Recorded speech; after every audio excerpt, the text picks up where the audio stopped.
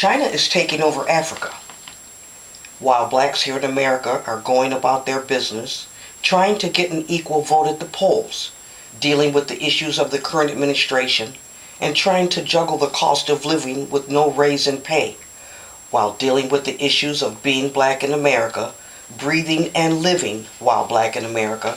China is taking over the motherland. The reason Chinese corporations are in Africa is simple: to exploit the African people and take their resources. It's the same thing European colonists did during mercantile times, except 100 times worse.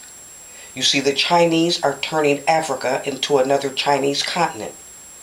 The Chinese are squeezing Africa for everything it's worth. The Chinese are so many in number that they're running out of space and resources of their own, so they have set their eyes on Africa. Not because Africa is a place they want to live, but because of what Africa has and what Africa has to offer: gold, minerals, oil, natural resources, gems, and land. Globalization managed to skip Africa for many years. Africa was considered to have poor infrastructure, low income, and political instability. You see, this is how it goes. When Brazil, India, and China and other emerging markets were transforming their economics, black Africa's resources remained tethered to the bottom of the industrial supply chain. But Africa accounts for about 30% of the world's reserve of hydrocarbons and minerals, and 14% of the world's population. Its global manufacturing stands at about 1%. But then here comes China. China was desperate for raw materials and energy to power their growing manufacturing capacity. Africa was and is an easy and convenient target for China. So the Chinese leader sent business delegations to every capital in Africa year after year after year, relentlessly. These Chinese delegates secured infrastructure projects and proposed trade deals, thus converting Africa into a second continent for China. So the Chinese justify the taking and commandeering of Africa by paying a few taxes to Africa. But it's nothing compared to what they're getting out of Africa and taking from Africa. You can believe China does not care 1 cent about Africans, and I'll prove my statement.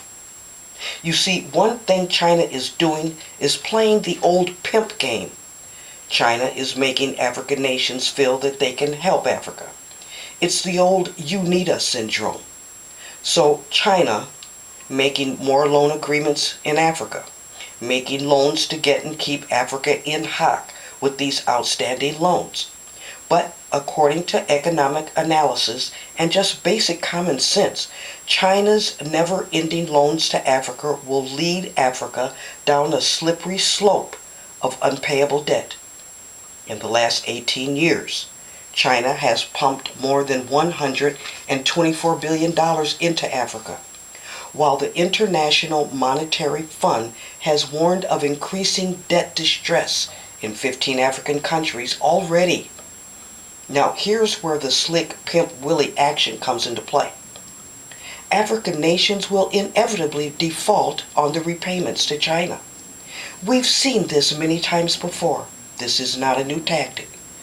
You see, poor countries are often too eager to get their hands on money. Let's look at Sri Lanka, for instance. That nation snapped up a Chinese loan which has now resulted in a debt exceeding $13 billion. Unable to settle its ever-growing debt, thanks to inflation rates, the small island nation is now in effect forced to sell one of their ports to the Chinese. See, this is how the Chinese roll. This is the clever, slick way they get in and get nations in debt owing them. So this port is now a Chinese-controlled naval base on foreign soil. And check this out. The list of nations owing China because of the loans by China is steady growing. Pakistan, Djibouti, Mongolia, Montenegro, and more. All countries struggling to repay loans to China. This is called debt colonization. Now, this is the jewel in the crown. This is the masterwork. This is the pied de resistance. There are places in China where black people and Africans are not allowed to go, by law. The Chinese say that Africans bring security risks. A member of the Chinese People's Political Conference named Pan Quinlan, the Chinese nation's top political advisory body, urged the Chinese government to strictly control the African people living in certain places in China.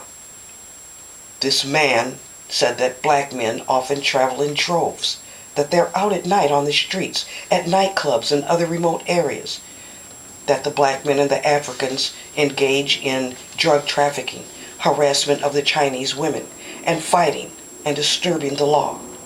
He said Africans have a high rate of AIDS and Ebola virus that can be transmitted by bodily fluids, and if the African population there in China keeps growing, China will change from a nation state to an immigration country, from yellow to black and yellow.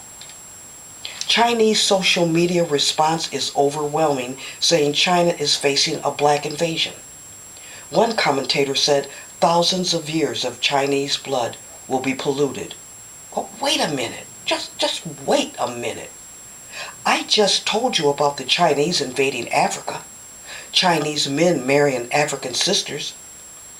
So why is the proverbial double standard in effect? You can invade Africa and steal Africans' land, gold, diamonds, and resources, but Africans are not wanted in China? Of course, there are a number of Africans working and going to school in China. The notion that black people are taking over China is pure nonsense. Though blacks are leaving China in high numbers because of racism and how they're treated. And there are visible signs in China on businesses, open signs that say, no blacks allowed here. That's right. There are signs and billboards on businesses that say blacks and Africans can't come into this establishment. China has banned rap music. But Africans report hearing Chinese music in the African villages and in African cities. Just like in America during Jim Crow era, there are sunset and sundown laws in China for blacks and Africans. But that's another video. So what's the bottom line? While blacks in America are going about their daily lives, China is being taken over. It's taking over Africa. But China is not being taken over by blacks, because blacks are facing severe racism there. All races evolved from Africa. China wants Africa. China's getting Africa. But China is not sharing China. This is scary business. Yet no one is talking about this. Well, like, subscribe, think. Think. Think. This is a Marologic channel.